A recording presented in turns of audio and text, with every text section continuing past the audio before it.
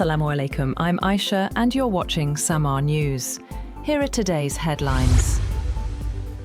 A $300 billion private sector investment fund is part of a US-Iran framework agreement aimed at supporting reconstruction and incentivizing a final peace deal, a source told Reuters. The source said more than $150 billion has already been committed across energy, infrastructure, logistics, and manufacturing projects spanning 5 regions, with participation from companies in the US, Gulf states, Asia, and beyond. The fund, which contains no government money, would only become operational once a final agreement is signed and is separate from talks on sanctions relief and frozen Iranian assets.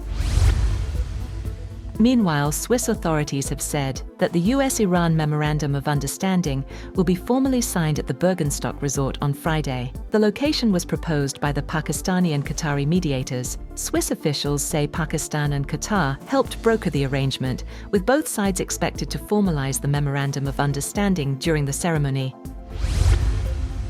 President Donald Trump has said that all hell will rain down on Iran if the country tried to develop a nuclear weapon. Speaking at the G7 summit in France, Trump said that a new agreement with Iran guarantees Tehran will never obtain nukes, and any violation would bring severe consequences. His statement comes as US and Iranian officials prepare for detailed negotiations in Switzerland later this week. Earlier, talking to reporters, Trump said Washington plans to retrieve and destroy Iran's enriched uranium at an appropriate time.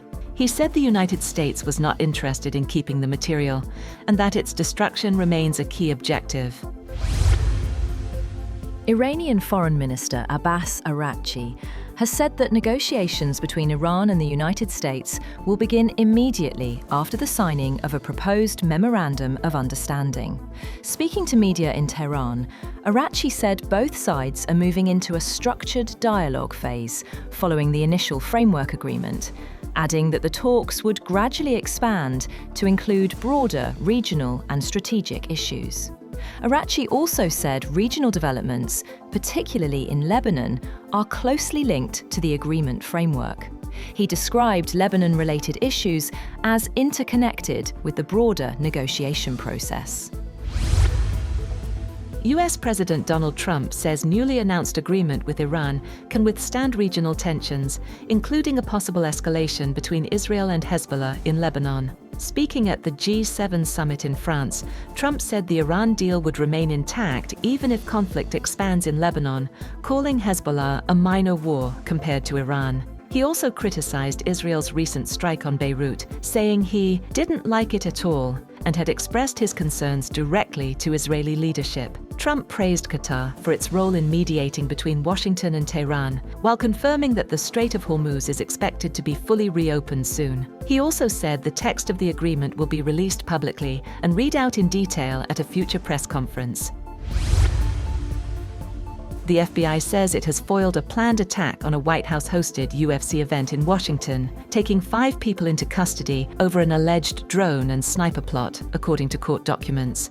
Authorities said the plan involved using explosive-laden drones to strike near the White House and then targeting fleeing attendees with sniper fire. Officials said the event went ahead without incident, with President Donald Trump and senior officials in attendance. Court filings allege the suspects were influenced by anti-government conspiracy theories. Charges include conspiracy to commit murder and weapons offenses, with investigations continuing.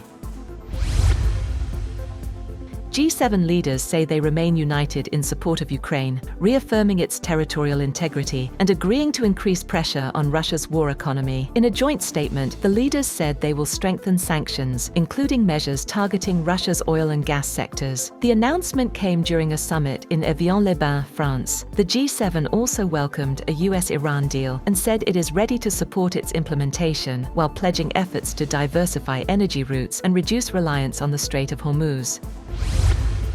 That's all for now. For more updates, visit www.samaa.tv. Thank you for watching SAMAA News.